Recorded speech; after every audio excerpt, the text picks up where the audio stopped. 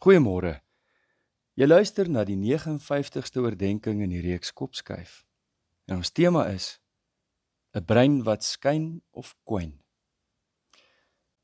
Ons gaan Dr. Etienne van der Walt se bydrae tot optimale breinfunksionering afsluit deur te verwys tot wat hy noem die 4 voorwaardes vir 'n brein wat floreer. Het ons 'n brein wat skyn of kwyn? Voordat ons praat oor die 4 voorwaardes, kom ons kry net perspektief op die spel waarin ons is. Die spel waarin ons brein deelneem. Ons lewens is 'n tussenin plek. Ons leef tussen die ervarings van die uiterste, tussen vrede en onrus, blydskap en hartseer, lig en duisternis, ekstase en depressie.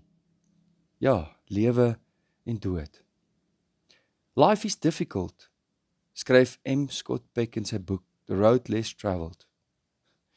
Dis die heel eerste woorde van sy boek. Jürgen Moltmann herinner ons weer dat die lewe geleef word in die vreugde van God. En hy haal aan uit Psalm 16 vers 11. Here, U wys my die pad van die lewe, oorvloedige vreugde in U teenwoordigheid, lieflikhede in U regterhand, vir altyd. Dis nie die een of die ander nie.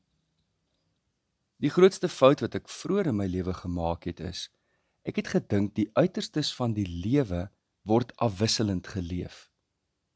Jy moet nou maar die vreugdevolle tye geniet solank jy kan, want wanneer teëspoed jou tref, het die weegskaal na die ander kant geswaai. En dan moet jy maar in die skadu's wandel totdat die son weer oor jou opkom. Maar ek dink nie meer so daaraan nie.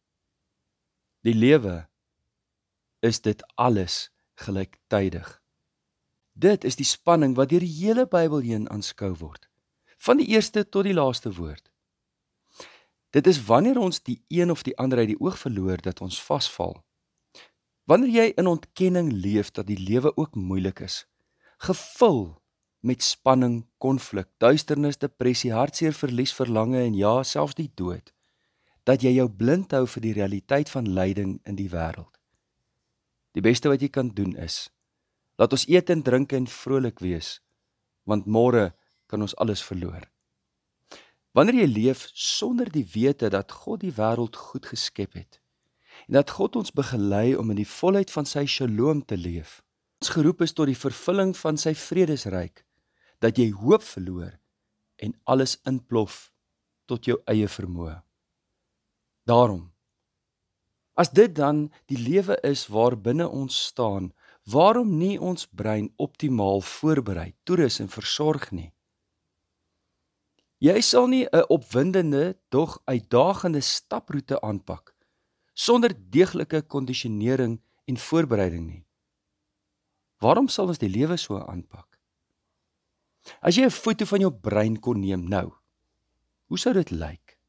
Hoe sou die voorstelling daarvan wees? Sou dit in Toosje se woorde soos 'n reier wees wat mistroostig na die son sit kyk? Of sal dit dansend lag, 'n glasie klink op die voorspoed en vreugde van die lewe? As die lewe dan beide wonderlik en wreed is jou brein skraps geklee en kaalvoet, of 'n soldaat toegerus met wapens en verweer? Is jou brein versorg, gevoed en fiks, of is jou brein verwaarloos, wangevoed en lui? Is jy fiks vir die lewe, vir die uitdagings en aanslae wat op jou pad mag kom?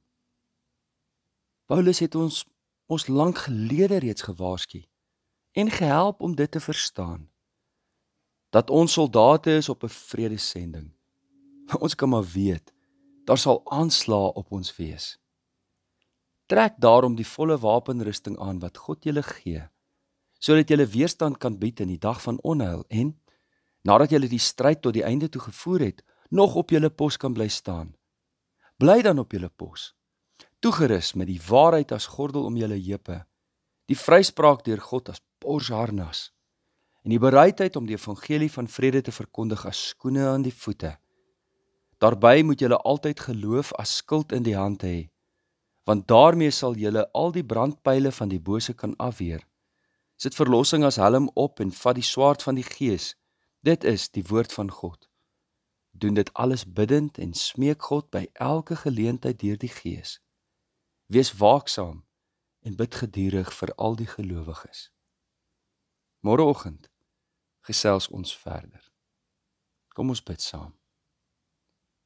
Hemelse Vader, wil U ons in geheel toerus en ons veerkragtig maak in die aangesig van onheil, van die stryd wat gevoer word hier op aarde. Ons wil graag op ons pos bly, gerus met U waarheid, U vryspraak. Ons wil U evangelie van vrede verkondig. Here, versterk ons geloof, sodat ons al die brandpyle van die bose kan afweer.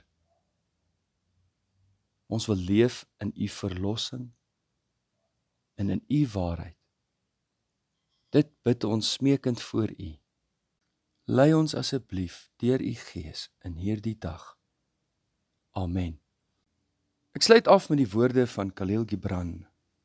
Gister is net 'n droom, môre slegs 'n visie. Maar vandag goed geleef, maak elke gister herinnering van geluk en elke môre 'n visie van hoop. Daarom, kyk mooi na hierdie dag. Liefde en 'n geseënde dag vir elkeen.